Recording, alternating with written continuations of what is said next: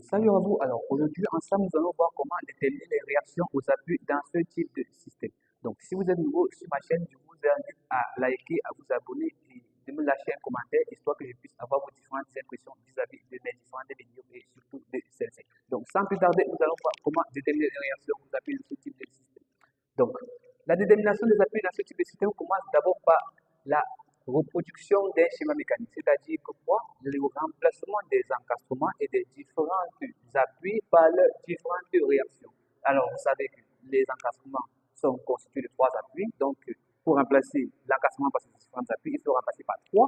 Les appuis doubles sont remplacés par deux réactions et les appuis simples sont remplacés par une seule réaction. Donc, là, nous avions l'encastrement, nous avons remplacé dans le schéma mécanique, nous l'avions remplacé par deux réactions. Et là, nous n'avions pas d'autre appui, donc nous reproduisons la force et nous reproduisons les différentes dimensions.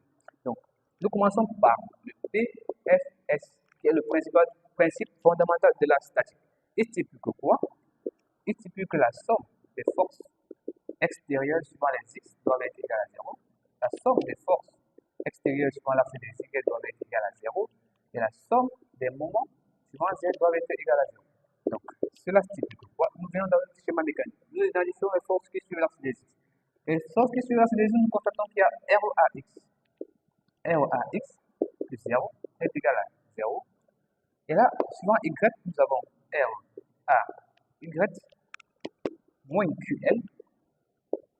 Moins QL. QL pourquoi? Parce que L, il est charge, mais lorsqu'il ne multiplie pas la distance à laquelle il agit, il devient une force. Moins QL. Maintenant, nous avons là moins F.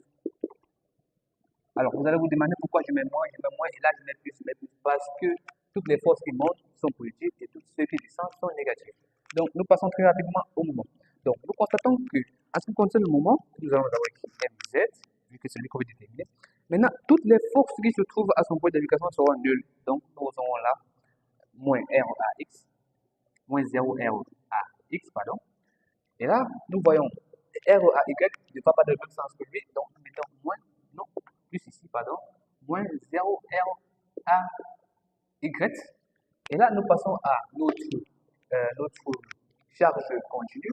Et donc, pour la charge continue, je tiens à préciser, son point d'application est pris comme le milieu de la distance sur laquelle il agit. Donc, c'est-à-dire, là, il agit sur une distance de 2 cm, de 2 mètres, pardon. Donc, son point d'application sera pris comme le milieu de cette distance-là, c'est-à-dire 1 mètre. Mais nous ne sommes pas encore à l'application de mètre, pardon. Donc, nous allons juste mettre L. Et il faut aussi, petite précision, tenir compte de son centre de rotation. Est-ce qu'il va dans le même sens que le moment? Si oui, alors on met plus, sinon on met moins. Alors là, nous voyons qu'il va tenter à tourner vers là. Donc nous allons mettre plus Q fois L, la force qui est la force multipliée par son bras de levier qui est L sur 2. Nous passons à notre force F. Alors, son bras de levier qui est à la distance principale du point d'application du moment qui est là, est toute cette distance-ci qui vaut 7 mètres, mais nous allons mettre encore une fois grand L, histoire de différencier de la distance sur laquelle la charge continue agit. Et nous constatons aussi qu'il va dans le même sens que la charge continue, donc il sera positif. Positif fois L fois F. Donc, nous passons directement à l'application numérique, histoire de trouver nos différentes valeurs de façon à avoir des chiffres. Nous aurons là RAX plus 0 est égal à 0. Pardon. Là, nous simplifions directement nos équations. RAY est égal donc à QL plus F. QL plus F. Et donc, ici, nous aurons LZ est donc égal à quoi? À moins QL, moins L, F, pardon, moins QL sur 2, moins L fois grand F. Donc, nous passons à l'application numérique de nos différentes équations. Là, nous avons RAX est égal à 0, vraisemblablement, comme vous l'avez constaté là-haut.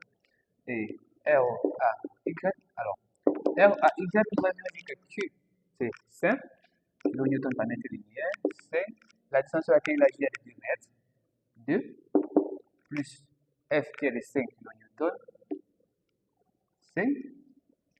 Et donc là, nous aurons 2 fois 5 qui vaut 10 plus 5, 15 kN. 15 kN.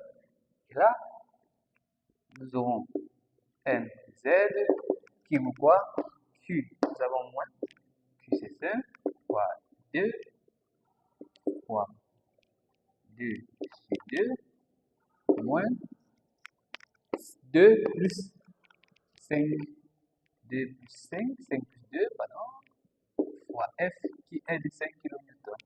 Et donc là, nous aurons quoi comme solution? Nous aurons là, nous avons 2 fois 5 qui vaut 10. 2 sur 2, ça vaut 1. Donc 10 fois 1, ça vaut 10. Moins 10 là. Et là, nous avons quoi? Nous avons 7 fois 5. 7 fois 5, ça donne combien? Ça donne 35. 35 plus 10, nous avons 45. Donc, nous avons là moins 45 kN. Donc, en conclusion, nous avons là RAX qui donne 0, RAY qui est égal à 15 kN et MZ qui vaut moins 45 kN. Alors, je tiens à faire une petite précision, c'est que j'ai pris un exemple de façon hasardeuse, mais en temps normal, les réactions que vous trouvez là doivent être positives. Donc, quand vous trouvez un moment MZ négatif, cela signifie que vous avez pris une orientation qui n'était pas censée être normale. Mais je ne peux pas dire que cette solution est fausse. Elle n'est pas fausse, elle est très juste d'ailleurs. Mais si vous voulez avoir des trucs positifs là, vous devez juste prendre ce moment dans ce sens-là. Donc, c'est juste une illustration et c'est le principe qu'il fallait comprendre là. Alors, j'espère que vous avez aimé, que vous avez compris ce que j'ai eu à vous présenter aujourd'hui. Donc, je vous invite encore une fois à vous abonner, à liker et à me lâcher un commentaire, histoire que je puisse savoir si vous avez compris pour plus d'explications. Alors, à la prochaine.